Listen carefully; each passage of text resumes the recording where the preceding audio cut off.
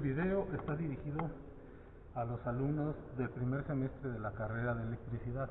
Empalme de continuación y se recomienda ese tipo de empalme cuando nosotros hemos cableado un alimentador o un circuito derivado a una carga y no nos alcanzó, se nos quedó a medio camino. Con este empalme nosotros podemos continuar con nuestro trabajo dejando una buena instalación rígida mecánicamente y con muy buena continuidad eléctrica. Bien, voy a proceder a cortar un pedazo de cable que tengo aquí de aproximadamente 30 centímetros de longitud. Lo cortamos a la mitad para conseguir dos pequeños tramos de 15 centímetros aproximadamente cada uno.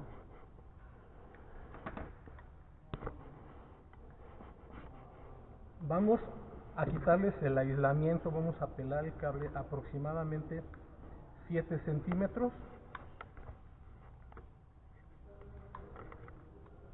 Ahí está, ahí lo tenemos.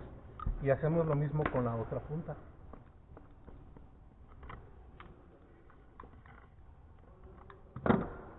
Ok, muy bien. Ahí tenemos ya preparadas nuestras dos puntas con una longitud de aproximadamente 7 centímetros sin forro. Procedemos a despeinar las puntas destorciendo, desentorchando los hilos del cable. En este caso se trata de un cable de la marca Condulat. El fabricante lo provee con 7 hilos. 7 hilos solamente. Algunos fabricantes, como por ejemplo Viacon de Conductores Monterrey, provee sus cables trenzados con 14 hilos. No hay ningún problema, en realidad solo implica un poco más de trabajo con respecto a lo que vamos a hacer en este momento, pero nada más. El procedimiento es exactamente el mismo. Procedemos a abrir las puntas de nuestro cable de esta manera, proporcional, aguardando aproximadamente la misma distancia entre cada uno de los hilos y con una inclinación de aproximadamente 30 grados con respecto a la horizontal. Hacemos lo mismo con la segunda punta.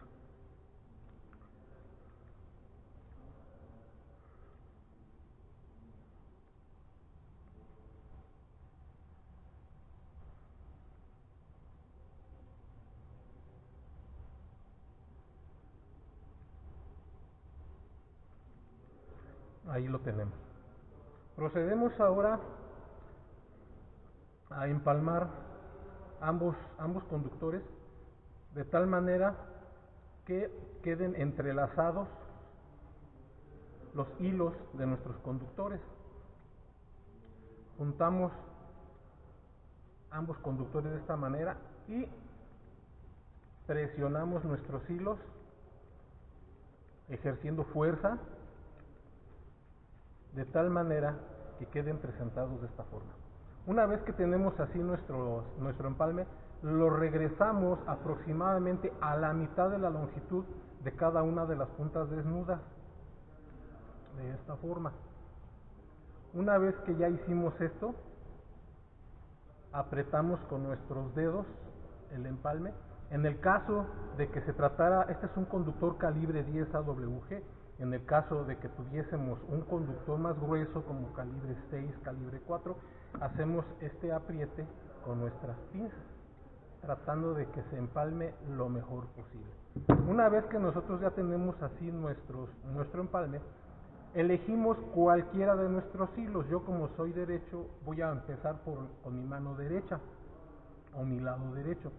Y uno de los hilos lo doblamos a 90 grados perpendicular a la horizontal que forman nuestros dos conductores. Una vez que ya tenemos de esta manera presentado nuestro hilo, empezamos a torcerlo en el sentido de las manecillas del reloj con respecto a mi mano derecha, apretando, ejerciendo fuerza con nuestro dedo para que quede cada una de las vueltas de este hilo lo más apretado posible. Al final nos va a quedar la punta levantada porque nuestra mano no alcanza a hacer la presión suficiente, pero podemos utilizar nosotros unas pinzas de punta o unas pinzas de electricista y terminamos de apretar, acostando perfectamente bien la punta de nuestro primer hilo trenzado. Enseguida buscamos de los demás hilos cuál empieza justo donde termina el primero. En mi caso tengo este hilo, coincide con el final del primer hilo trenzado, lo coloco nuevamente perpendicular a mi horizontal y continúo mi empalme de tal manera que se vea una continuación mecánica del primer amarre. Una vez que realicé el entorchado, vuelvo a apretar con mi pinza para que vaya teniendo presentación estética, rigidez mecánica y por lo tanto un buen contacto eléctrico. Procedemos de esa manera con los demás hilos. En mi caso, este hilo es el que me quedó justo enfrente del segundo, el segundo hilo que entorché, y continúo de esa manera mi empalme.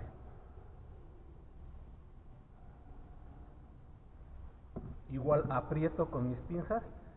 Si veo que empiezan a quedar un poco separadas las vueltas de mi empalme, con la misma pinza golpeo un poquito hacia mi izquierda, en este caso, para que se junten cada una de las vueltas. Continúo con el siguiente hilo. En este caso, este de aquí es el que está enfrente de mi última vuelta. Continúo torciendo. Hago la misma maniobra con mi pinza.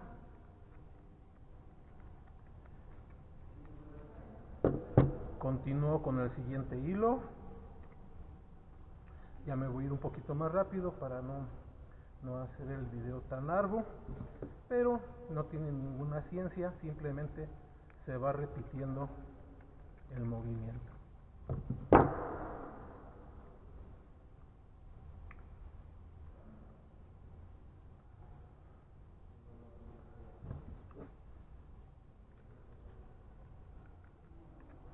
Recuerden, es importante hacer un buen apriete de cada una de las vueltas, porque eso nos va a garantizar un contacto eléctrico eficiente. Listo, ya terminé con una mitad, giro mi empalme 180 grados y hago lo mismo con los siguientes hilos. Exactamente lo mismo.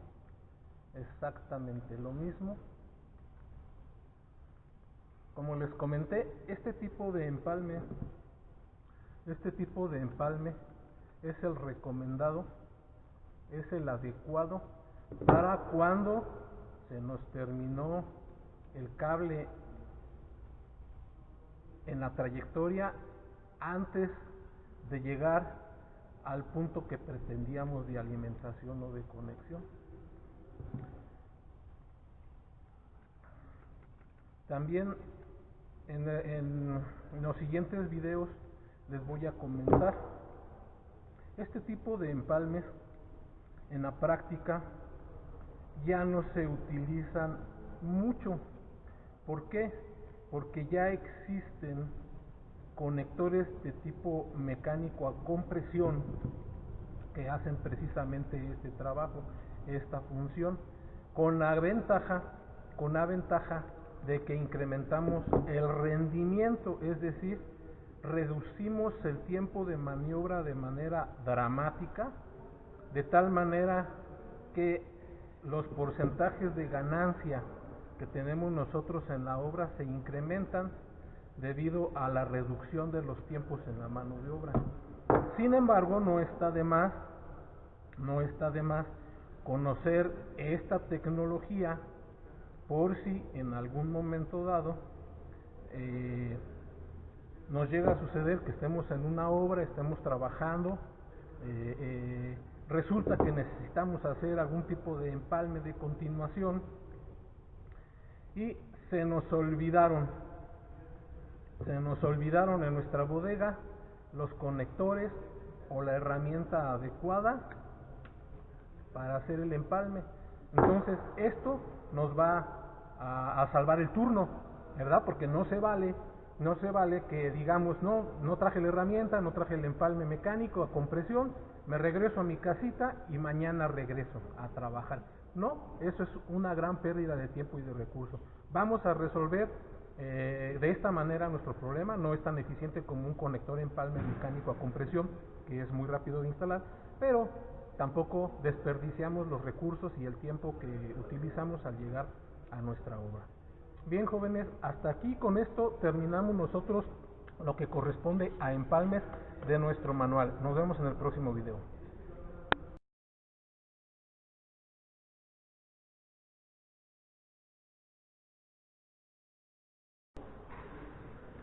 ¿Qué tal, jóvenes? Muy buenos días. Habla su profesor Gustavo Ontiveros de la materia de neumática. Hoy en este video vamos a demostrar lo que explicamos en el video anterior del accionamiento de un actuador de doble efecto, ahora controlado con una electroválvula.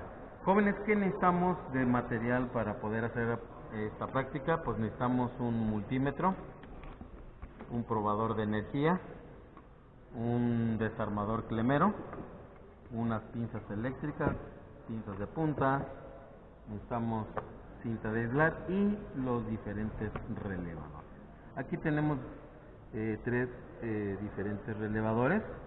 Tenemos el relevador con alimentación a 24 voltios, tenemos el interruptor normalmente abierto o normalmente cerrado, tenemos el relevador industrial con alimentación a 230 voltios, o lo podemos tener también alimentación a 115 volts. Significa que podemos encontrarnos en el sector industrial por diferentes alimentaciones, entonces podemos combinar, no hay ningún problema. La bobina del relevador está independiente de sus interruptores normalmente abiertos o cerrados. Significa que en los interruptores normalmente abiertos o cerrados puedo tener alimentación de 24 voltios, o puede ser a 220, o puede ser a 110 o 115 volts. Es independiente. O sea, la alimentación de la bobina con respecto a los interruptores es independiente. Lo mismo, puedo tener un relevador alimentado de 24 voltios y sus interruptores pueden estar conectados.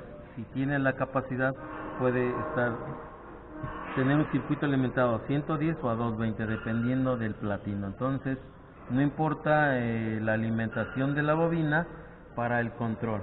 En este ejercicio que tenemos aquí, tenemos un tablero, una botonera para el arranque, una botonera para el paro. Tenemos la platina, tenemos el circuito de control. Tenemos dos ITM, son interruptores termomagnéticos para la protección en el caso de que haya un corto, ¿verdad? Los interruptores se desenergizan en el caso de que haya algún problema. Aquí ya tenemos conectado el relevador, que es el que teníamos en el circuito en el software. En este caso, la alimentación de este relevador industrial es a 220 voltios.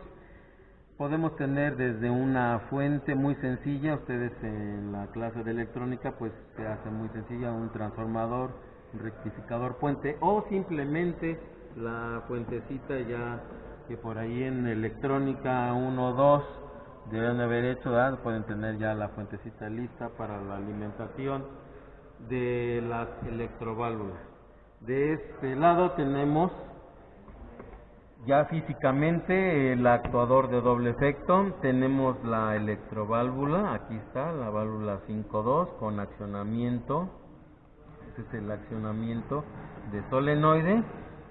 Tenemos la unidad de mantenimiento y aquí ya conectada al compresor. Entonces prácticamente ya está el circuito listo para demostrar lo que explicamos en el video anterior. Entonces, ¿estamos listos? En este caso ya tenemos aquí la alimentación de los relevadores. Como tomar. Ahí estamos midiendo la alimentación de la bobina a 220, ¿sí? Tenemos la alimentación de la fuente de 110.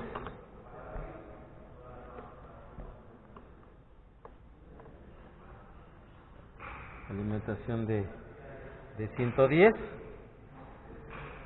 Y ahorita que accionemos el circuito de control vamos a tener la salida de 24 voltios que ya está conectada al electroválvulo. Entonces vamos a accionar los ITMs, que son los interruptores termomagnéticos de protección. Tenemos el botón de arranque, el botón de paro, así como lo dibujamos en el software. Entonces ahí está ya accionado, escuchamos el clic del relevador. Vamos a darle paso al aire comprimido. Ya está aquí cargado la unidad de mantenimiento. Aquí estamos viendo aproximadamente son 7 bar de presión de aire. La unidad distribuidora se viene a la alimentación del puerto 1. Tenemos el puerto 2, el puerto 4. Ya está listo el accionamiento. Ahí ya paramos el sistema. Una vez que accionamos el botón de arranque, el actuador sale. Vamos a medir la salida de la fuente de alimentación. Así la tenemos que medir en corriente directa. Vamos a poner ahí el instrumento.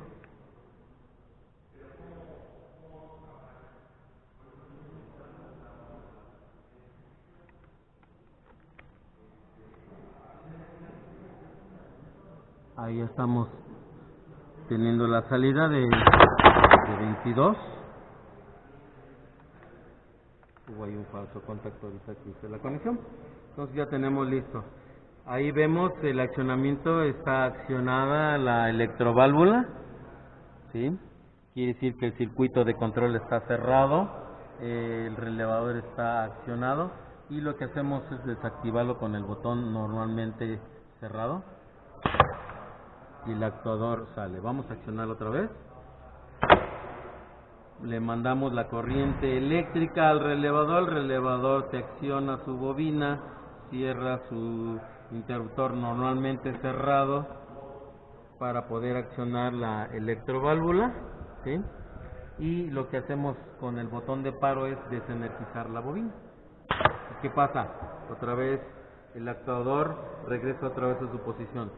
La electroválvula no está energizada, pero como está cargado, como es una válvula normalmente abierta, entonces mantiene la cámara del actuador, regresa al pistón hasta que energizamos, hace el cambio de aire y el actuador sale. Entonces ahí accionamos y desaccionamos, accionamos y desaccionamos. Bien, jóvenes, pues aquí tenemos demostrado ya todo el ejercicio del video anterior. Espero que le hayan entendido y nos vemos hasta la próxima, jóvenes.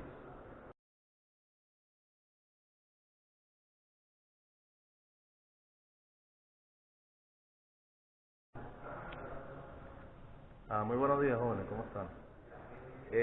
Pues la cápsula de hoy se refiere a lo que sería la práctica número 2, está lo que sería el enunciado. Voy a leerlo textualmente ya que nos vamos a referir a la práctica. Dice: arranque de paro de un motor trifásico, jaula de ardilla, desde dos posiciones diferentes, marcha sostenida. Y en una de esas posiciones también arranque el motor por impulsos. Para esto nos vamos a utilizar los siguientes elementos. ¿Okay? Vamos a utilizar el motor trifásico, vamos a utilizar un contactor de potencia, un relé térmico y, como pueden ver, son dos pulsadores, ¿verdad? En el diagrama de la práctica, en la página 124, ¿verdad? En la página 124, quiero que vean, ahí está el sistema de control en el estándar europeo, IEC. Como pueden ver acá, voy a utilizar este para apuntar, ¿verdad? Tenemos dos pulsadores normalmente abiertos y uno que está enclavado mecánicamente, que es abierto cerrado. El cerrado va a estar en serie con el contacto auxiliar normalmente abierto 13 y 14. De este lado tenemos la bobina y acá tenemos la protección contra temperatura, o sea, ese es el contacto auxiliar normalmente cerrado del relé térmico, y esto representaría lo que sería las protecciones contra cortocircuito. Ahora voy a referirme, ¿verdad? Esto está en la página 124 para recalcar, ¿ok? De la práctica número 2. Me voy a referir ahora a lo que es físicamente, ¿ok? En este momento tengo energizado el circuito, tengo que tener bastante cuidado, ¿verdad? Entonces, lo que podemos ver acá, ¿sí? Estoy señalando, este correspondería a lo que es el interruptor termomagnético de control, ¿sí? Este cable que está acá, ¿verdad? Va conectado directamente, ¿sí? Viene por acá y se conecta directamente al pin 96.